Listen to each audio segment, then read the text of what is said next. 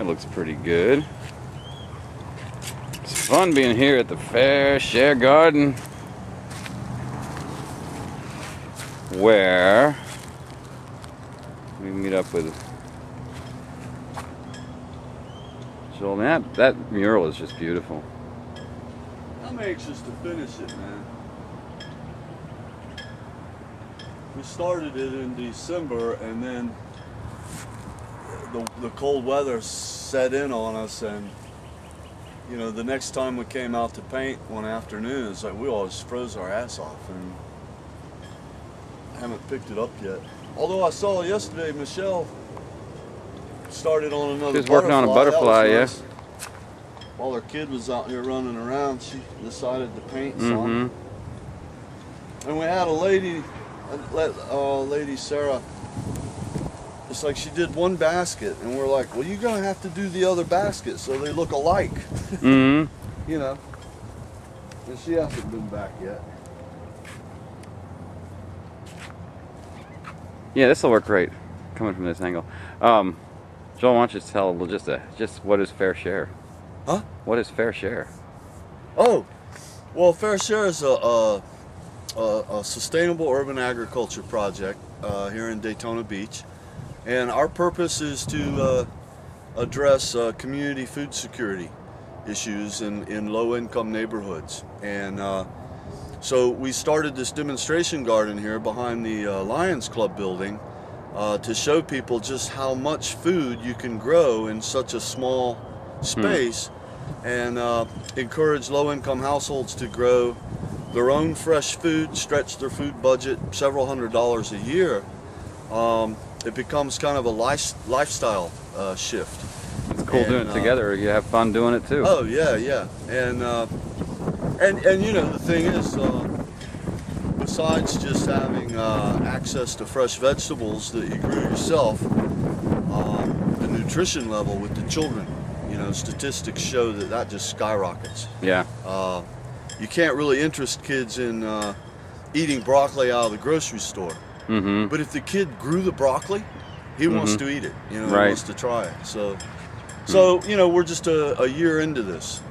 Yesterday was a cool day. You had like 30 volunteers out here in the morning. Yeah. College students, you know, they need the community service hours, and I think we're kind of a unique project here in Daytona. They get to do, you know, a variety of things. Yeah. And so yeah, the connection with Embry-Riddle University has been good. The only problem with it is sometimes we have more volunteers than we actually have tools. Right. And so we have to find, you know, several different projects for them to do because we just don't have enough shovels for everybody. Right. And but yeah, they've been great. And then the whole meal and a movie event. Yeah, that was really interesting. The Fair Share volunteers. And we were able to. I see you got your Jack Mel T-shirt on. Yeah. So tell the connection there. What's the connection with Fair Share? And we had a talk about Haiti yesterday, and we talked about.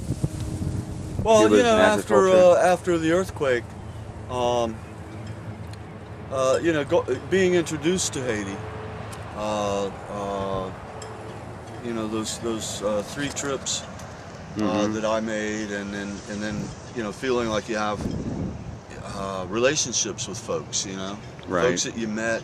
So after the earthquake, you have these names and faces going through your mind. You know, I wonder how they are. You know, I wonder what happened to their house, and then watching those organizations just step up and get that relief effort moving in the areas that the big relief effort was, I don't want to say ignoring, but certainly neglecting, and like in Jacmel.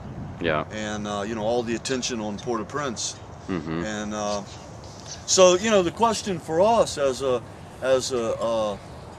garden project, a food project, knowing that, you know, the nation of Haiti now, after this catastrophe, is going to be facing a food crisis with their first growing season. You know, our planting season here in Florida is almost the same as Haiti. So the connection for food, people who are interested in food production here in the States, why would why would someone like you be interested in what's happening in Haiti? What's the connection? How do you think we could support what they're doing, or they could support what we're doing? Well, I think we're a local project, but when you talk about food justice, you have to put it in a global context. Mm-hmm. The food we buy in our grocery stores here in Daytona Beach is connected to a global food system. That's right. And so Haiti is in a food crisis right now because of what has happened with trade policies and the collapse of their agriculture that allowed them a certain level of an adequate level of self-reliance when it came to food. And so our advocacy about changing the industrialized food system in the U.S. That's just one part of an industrialized global food system. Right. And there's an opportunity now that Haiti was forced into with this this catastrophic event. But in a way, it's sort of like an opportunity to start over.